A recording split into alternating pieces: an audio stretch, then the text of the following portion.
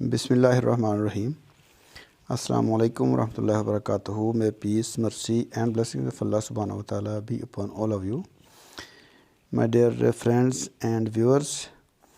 آج ہم آپ کو ذکر یونیورسٹی کے سلیبس میں شامل اینتھالوجی کی بک کا پہلا لیسن اس کی ٹرانسلیشن کرواتے ہیں۔ لیسن کا نام ہے دا لبریٹر، جی علانہ، غلام علی علانہ کا لکھا ہوا یہ لیسن ہے۔ غلام علی علانہ وہ شخص ہے جس نے جو علامہ اقبال اوپن یونیورسٹی کے وی سی بھی رہ چکے ہیں، ان کا یہ لکھا ہوا لیسن ہے۔ اس لیسن کے ترجمے سے نہ صرف آپ کی ووکیبلری میں اضافہ ہوگا بلکہ آپ کو ترجمہ کرنے کا فن بھی پتہ چلے گا۔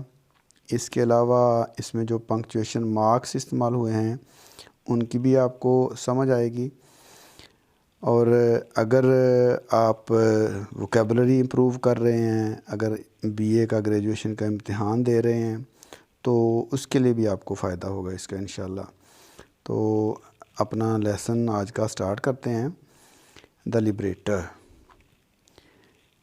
پہلے دیکھیں،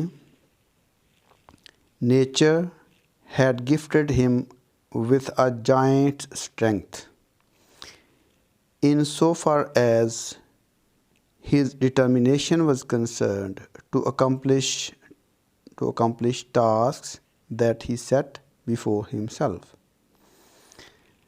اب دیکھیں اس میں nature had gifted him، قدرت نے اس کو عطا کیا تھا، عطا کی تھی، with a giant strength، ایک جناتی قوت، جن جیسی طاقت، جن جیسی مضبوطی۔ in so far as، جہاں تک his determination was concerned، اس کے عزم کا تعلق ہے، عزم صمیم کا تعلق ہے، to accomplish tasks، ان کاموں کو پایۂ تکمیل تک پہنچانے کے لیے، tasks کام، accomplish پایۂ تکمیل تک پہنچانا، that جو he set before himself، وہ اپنے سامنے متعین کر لیتے تھے۔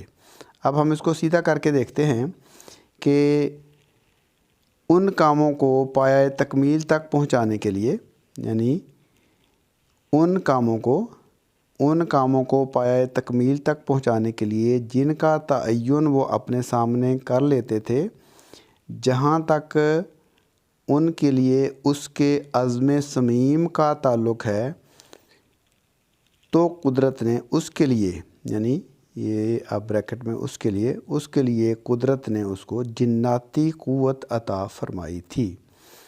یعنی اب اس کا دوبارہ سنیے، ان کاموں کو جن کا تعین وہ اپنے سامنے کر لیتے تھے پایۂ تکمیل تک پہنچانے کے لیے، جہاں تک ان کے عزم کا تعلق ہے، تو قدرت نے ان کو جناتی، یعنی جائنٹ اسٹرینتھ، جناتی قوت عطا کی تھی۔ ان کاموں کو پایۂ تکمیل تک پہنچانے کے لیے جن کا تعین وہ اپنے سامنے کر لیتے تھے، ان کے لیے جہاں تک ان کے عزم کا تعلق ہے تو اللہ تعالیٰ نے یا قدرت نے ان کو جناتی قوت عطا کی تھی۔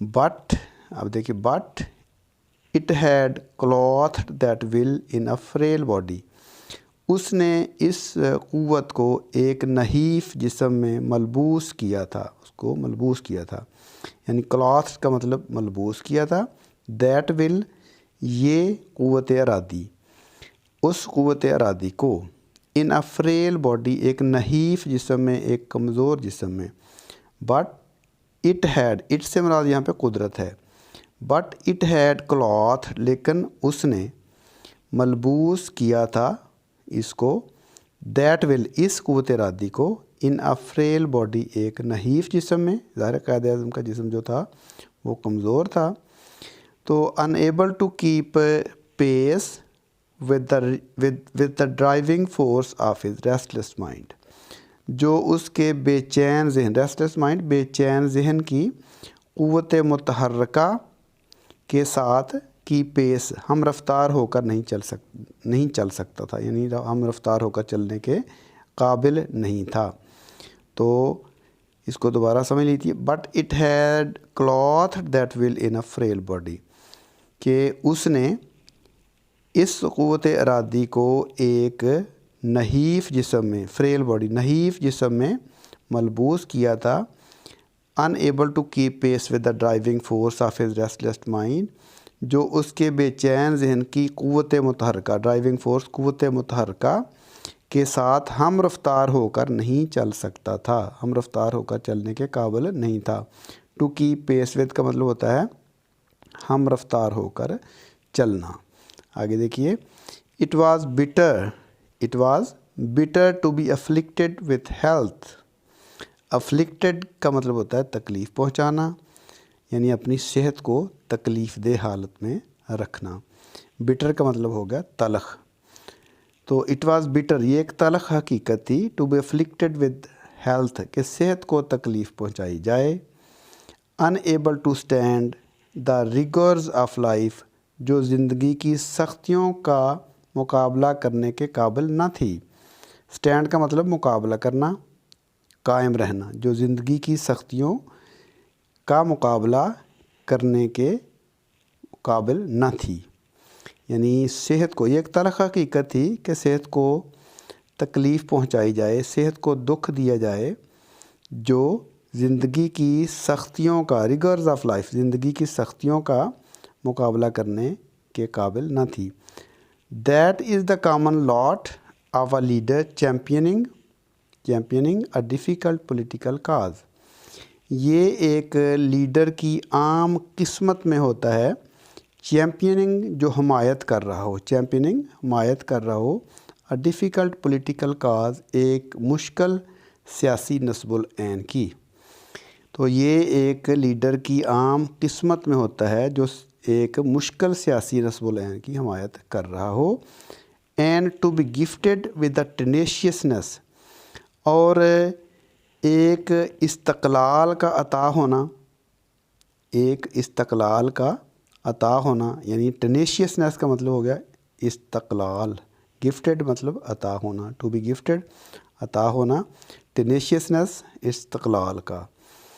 تو ایک ثابت قدمی کا یا استقلال کا عطا ہونا. That wanted to triumph over all obstacles نہیں، یہ اوبسٹیکلز ہے، جو تمام رکاوٹوں پر غلبہ پانا چاہتا تھا. ٹرائمف اوور، غلبہ پانا، آل obstacles، تمام رکاوٹوں پر، جو تمام رکاوٹوں پر غلبہ پانا چاہتا تھا.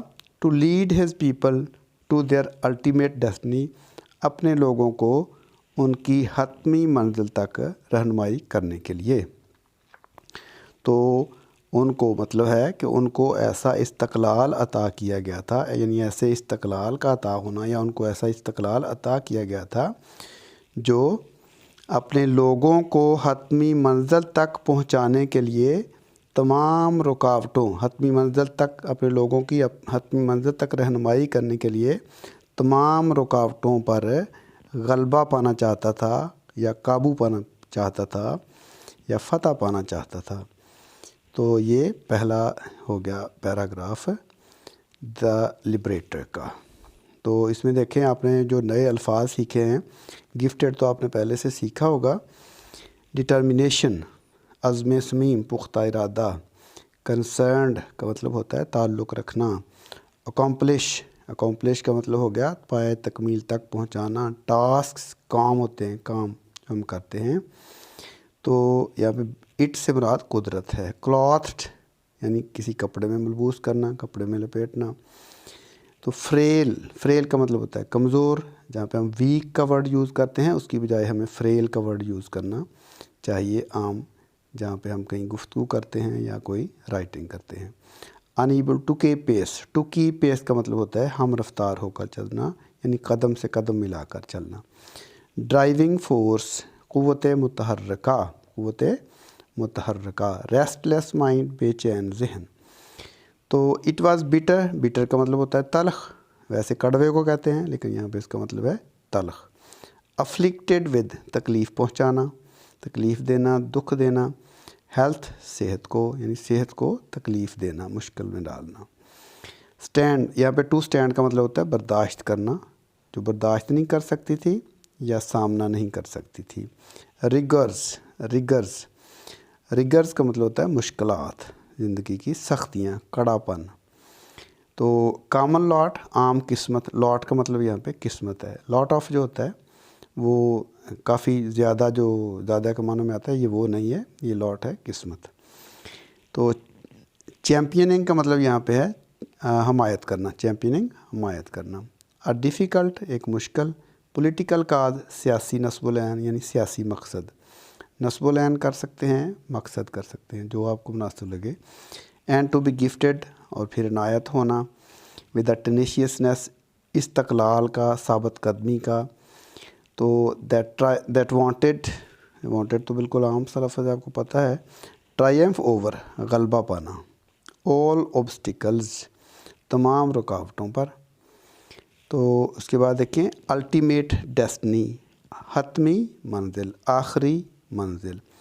تو اس طریقے سے ہم دیکھیں، ہم نے اس میں بہت سارے الفاظ بھی نئے سیکھے ہیں اور اس پیراگراف کا ہم نے ترجمہ بھی مکمل طور پر سیکھ لیا ہے۔ امید ہے کہ آپ کو یہ ترجمہ سمجھ آیا ہوگا۔